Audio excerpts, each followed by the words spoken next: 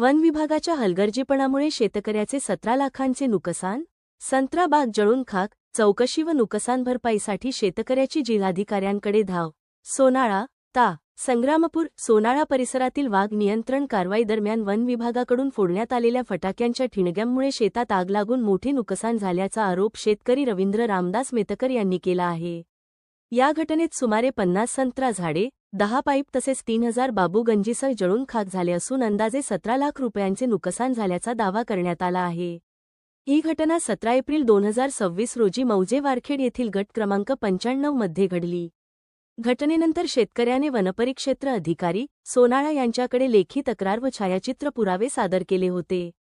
मात्र अनेक दिवस उलटूनही पंचनामा, स्पॉट पाहणी किंवा चौकशी करण्यात आली नसल्याचा आरोप करण्यात आला आहे.